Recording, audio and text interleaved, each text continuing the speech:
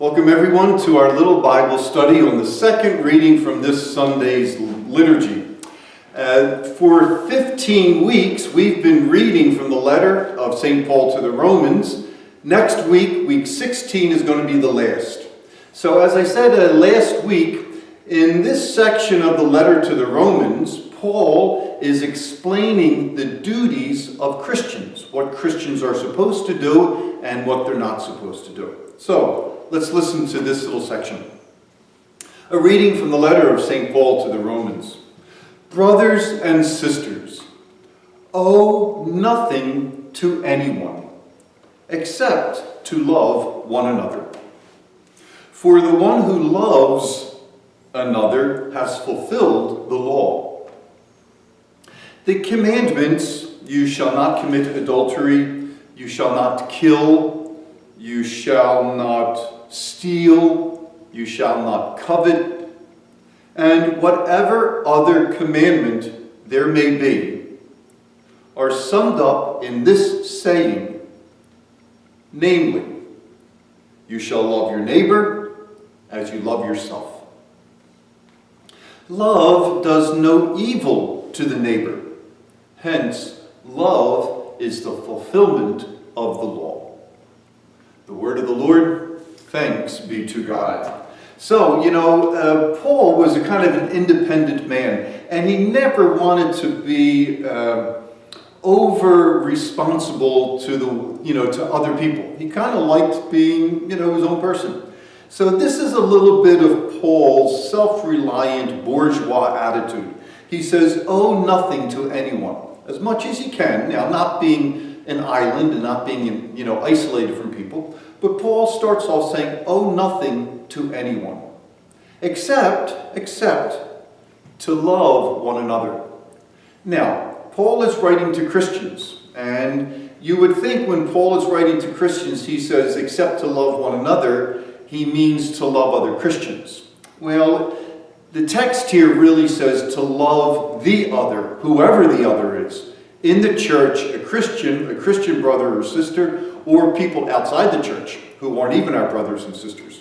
So Paul says, listen, as much as you can, don't owe anything to anybody except to love the other, whoever the other is.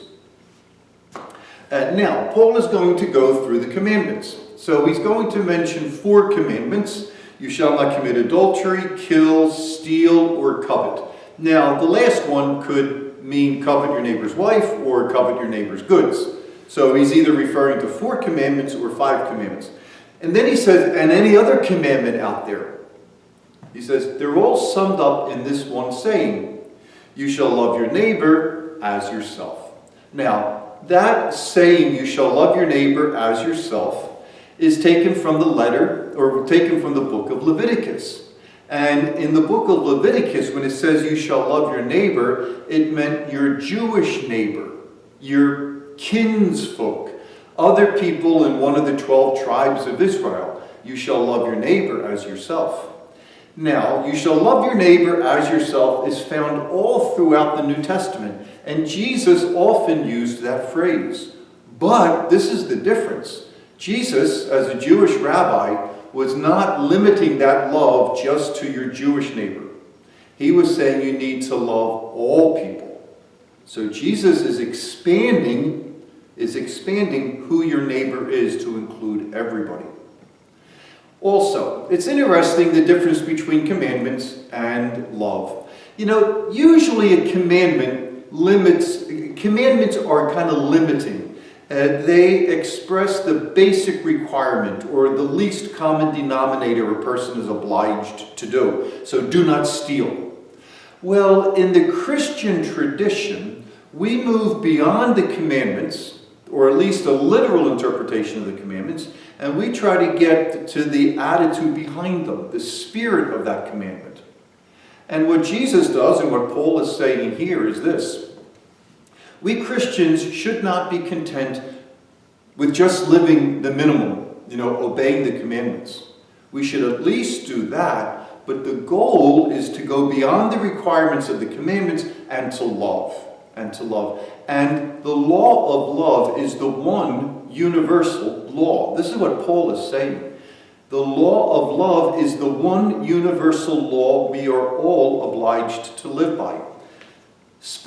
The laws are just specific applications of that one universal law of love. That's all. So they are specific illustrations of how the law of love ought to be put in place. The Jewish people in Paul's day had 613 laws, and that was too many to follow. But simply put, the most important law is to love your neighbor as yourself. Your neighbor properly understood. So, let's just talk a little bit more about this now practically. You know, as followers of Jesus Christ, we are called to follow certain laws, civil laws, and also church laws. That just makes sense. We're supposed to follow laws. And we can never break laws that are meant to help us to love. But I think the reading from Paul today calls us to go beyond minimalism and to really seek to live the hard work of love, you know, and to love everybody. Now, this would be Paul's thinking behind this, that we ought to shoot for the stars and try to love everybody, not just do the bare minimum, because in Paul's thinking, that's the way God is, that's the way God works. That God never just gives us what we need, He gives us way more than what we deserve. And God showed His love in being superabundant and giving us His Son, Jesus Christ. So Paul just says, well, listen, if God the Father is that generous to us, how can we not be that generous, or at least strive to be that generous with other people? So any way that you can love your neighbor as yourself this week, I would encourage you to do that. And that really means not settling for the least, but really striving to do the most we can. Let's be super abundant this week by loving our neighbor as we love ourselves. God bless everyone. Come back tomorrow and every day to visit the Malvern Retreat House website and our YouTube channel. God bless you.